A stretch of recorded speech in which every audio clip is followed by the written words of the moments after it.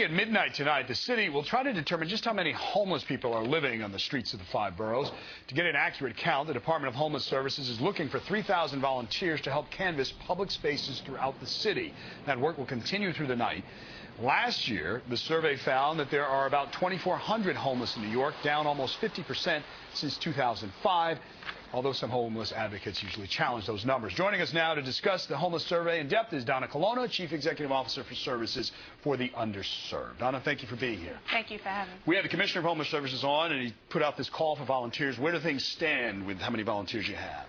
Well, Services for the Underserved participates in the survey with a number of other organizations and volunteers, and the goal is to get 2,500 volunteers involved in the survey, which obviously starts tonight at midnight. Okay. And so tell us, just unfold how it will happen, a little bit more about the process. Well, volunteers are assigned different areas of the city. It's in all boroughs of New York City, and there's generally 4 or 5 people that go out in teams, and with the areas that they're planned to survey, they will look for individuals both on the subways, the rails, and on the streets, and approach individuals and ask a series of questions to determine whether or not they have a place to live tonight, whether they are living on the street, and get a sense of what some of their needs are, and be able to bring that information back to the City Department of Homeless Services. So they might ask a question like, for example, do you have a place to go? Do you have friends and family?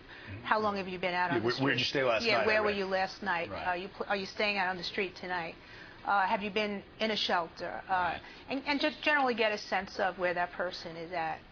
And let me just clarify for viewers, because I need this clarification. We were talking about the unsheltered homeless, because they may hear that homeless families living in shelters, that number much higher. So when we say 2,400 homeless, we're talking about unsheltered. Right. And that was apparently a drop from the year prior, and 50% drop. As you know, does that sound accurate to you, Donna? Some people say in the midst of this economic downturn, it doesn't make sense that there would be fewer. Does that make sense as someone who's participated in the survey? Well, I know Gabe Pressman just earlier put out a press release. Yeah, Gabe has a blog on he has a blog. NBCNewYork.com. Yes, right.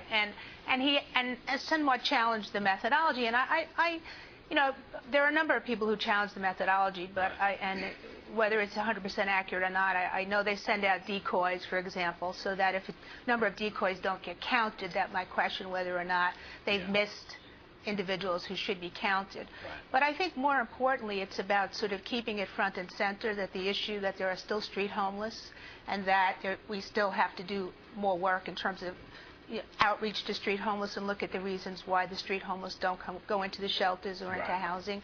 I think the issue of there has certainly been an increase in the number of people who are applying for shelter in the last couple of years. I think something like 69% increase. Right. So that the question that you raise is, it's true, there has been an increase in the need because of the economic downturn, but there has been increase in prevention programs to keep people in housing, more rapid rehousing, voucher programs, safe havens, and other things to sort of address the rise in the need. And so whether you think that the 2,200 is the right number or not, there are still too many people on the streets of New York who are living on the streets. And it's really part of a broader discussion, isn't it, Donna? Yes. I mean, the Bloomberg administration would argue the unsheltered homeless number has gone down because we've made improvements in the shelters, so more people are turning to that. Right. Critics argue, but the whole approach of the Bloomberg administration, which promised to meet certain benchmarks, is flawed in how they approach the whole homeless thing.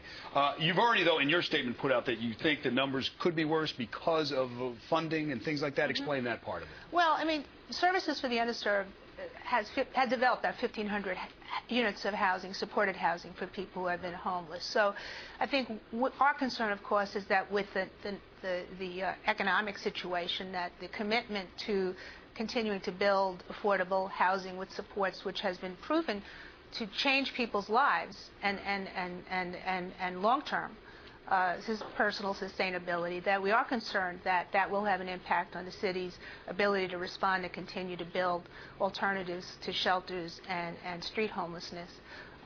There have been a lot of important progress made in partnerships with the city, the state, the federal government, providers and advocates. And we would hate to see that go backwards because of the economic situation. It's really smart policy, and it's good fiscal policy because it not only helps individuals, but it actually costs less to have somebody in supported housing than in a shelter and jail and in institutions and hospitals. Right. All right. Well, Donna Colonna, the work gets underway tonight on trying to count the homeless. We thank you for stopping by.